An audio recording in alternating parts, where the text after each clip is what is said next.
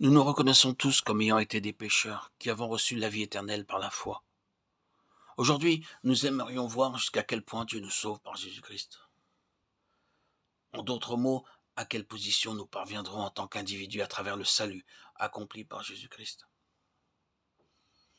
Ces dernières années, le sentiment que quelque chose n'allait pas dans ma vie chrétienne s'est emparé de moi.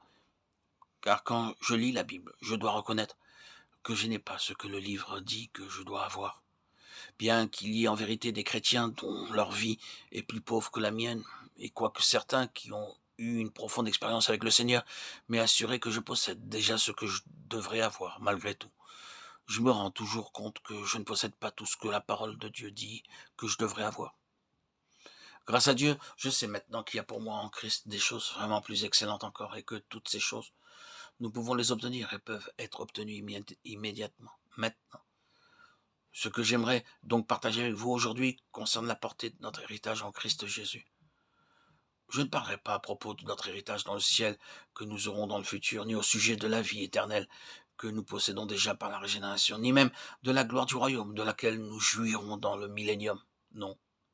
Sur ce que je mettrai l'accent ici, c'est sur l'étendue de ce que Dieu peut faire pour vous et pour moi aujourd'hui dans le salut.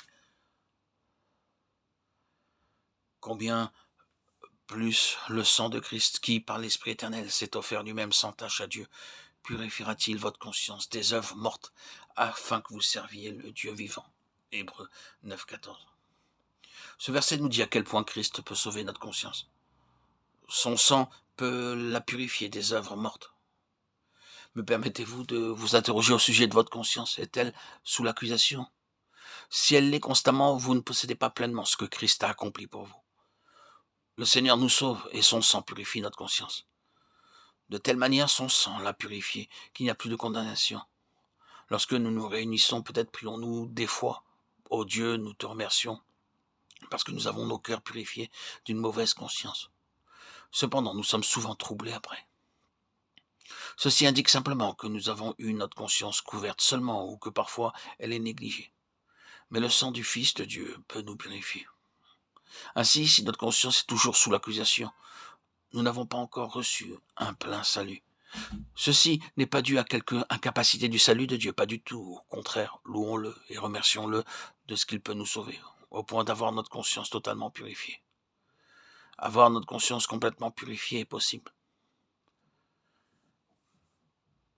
Car c'est du dedans, c'est du cœur des hommes que sortent les mauvaises pensées, les adultères, les débauches, les meurtres, les vols, les cupidités, les méchancetés, la fraude, le dérèglement, le regard envieux, la calomnie, l'orgueil, la folie. Toutes ces choses mauvaises sortent du dedans et souillent l'homme. Marc 7, 21, 23. Heureux ceux qui ont le cœur pur, car ils verront Dieu. Matthieu 5, 8. Ces deux passages des Écritures nous montrent la condition première souillée de notre cœur, de même que la pureté de cœur que l'on peut obtenir à travers le salut de Christ.